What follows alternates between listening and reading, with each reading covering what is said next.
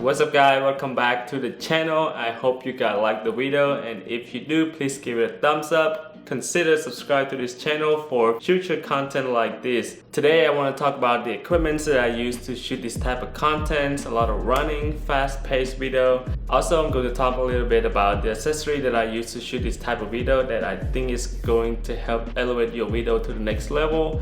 It helps you compose a different composition that you wouldn't be able to get from the eye level perspective. In the end, I want to show you guys some tips that I personally use to edit vertical video to help speed up my workflow in the post. So yeah, let's get into it. So the first thing on the list is an L bracket.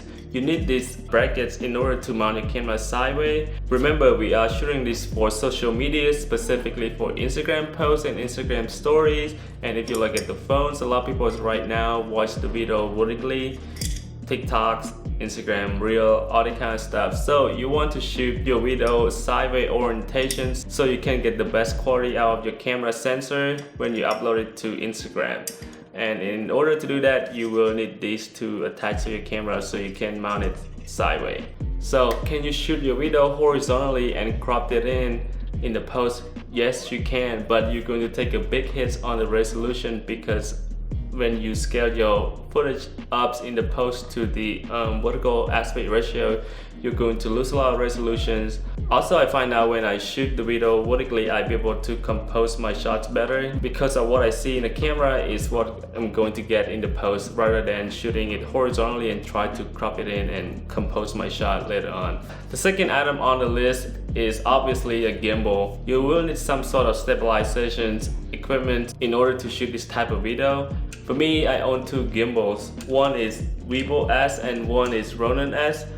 However, for some reason, I not be able to mount it on my Gimbal S. I don't know why. I probably did something wrong, but I just switched to Ronin S and it's worked like a champ. So the third items on the list is this grip extensions. I think is one of the most important accessory for this type of shoot because you do a lot of running and this will help stabilize your footage more, and it's took a lot of pressure from your right arm when you hold the gimbal, and with these on your left arm it's easy for you to run and it's help you get a better smoother footage, I guess. It also came with two different thread size and you can mount it to different type of gimbal that you own, and yeah, I think it's really flexible that they have these options, so get it. The fourth things on the list is this bad boy Monopod. The first guy that I saw using this is Brandon Lee. He's probably one of my favorite travel filmmaker on YouTube. I have been following him, I don't know, a couple of years now, and I would recommend you guys to watch all his video. It's really informative. It's really helped you become a better filmmaker because he has a lot of experience, and what he put out on his channel I think is really helpful for me in general. And I saw a lot of his video that he used this monopod to attach it to the gimbal in order to get the higher angle compositions that you wouldn't normally get if you just hold your gimbals up. So having this is definitely bring a new perspective to your compositions, and it's really similar to people using crane, you know, on the top higher level, and they dolly it into the subjects. And having these, you can achieve that with just monopod and your gimbal, and I think it's really awesome. This monopod also came with two different thread size on the top. It's interchangeable, so you can use it for different accessories that require different thread size on the tops, and yeah, I think it's really flexible. And the fifth things on the list is not a physical item or accessory, it is a storyboard. I think it's important to have a storyboard when you go out and shoot. Me personally, I'm not the best at it, but every time I do a shoot like this, I try my best to come up with some sort of storyboard. It doesn't have to be very defined, it could be something really loose. What I did is I just screenshot a bunch of photos or video that I watched and put it in there and just give a little note.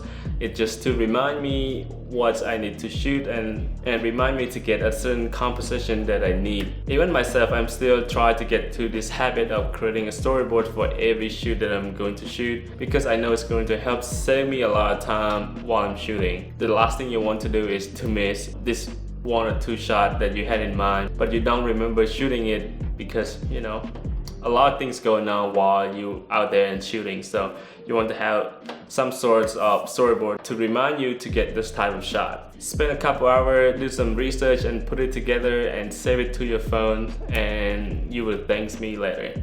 So that is all for the equipment and the accessories. Now let's jump on the computers and I will show you guys how I normally edit vertical videos and some tips that help speed up my workflow. Let's do it. So hopefully you guys can hear me because I have my microphone mounted to my cameras on the left side and I'm facing this direction. So if not, then I'm just gonna bump it up in the post. So I'm using Final Cut Pro, but this method is applied to whatever editing software that you use. I'm not sure about DaVinci Resolve because I never use them, but I think it would be the same thing with the Premiere Pro.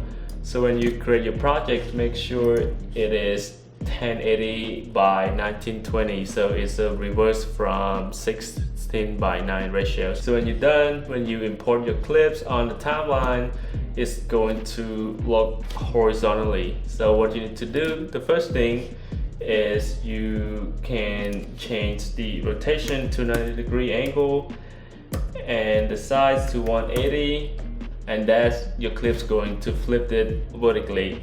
So you have to do it on every single clip, and to me I find it very, I guess, time consuming if I have to change it every single clip that I'm going to put into my timeline. So instead of doing that, you can add the adjustment layer on your timeline and just name it, say, transform that, and just go back to the inspection tabs, and you can change it to 90 degrees and 180. And so for this, it doesn't affect the original clip. So if I turn this off, the clip is sideways. Turn this on, it's going to be rotated vertically. So if I'm just tracking these on all the clips, it's going to rotate it automatically. So to me, it's really helped my workflows a lot.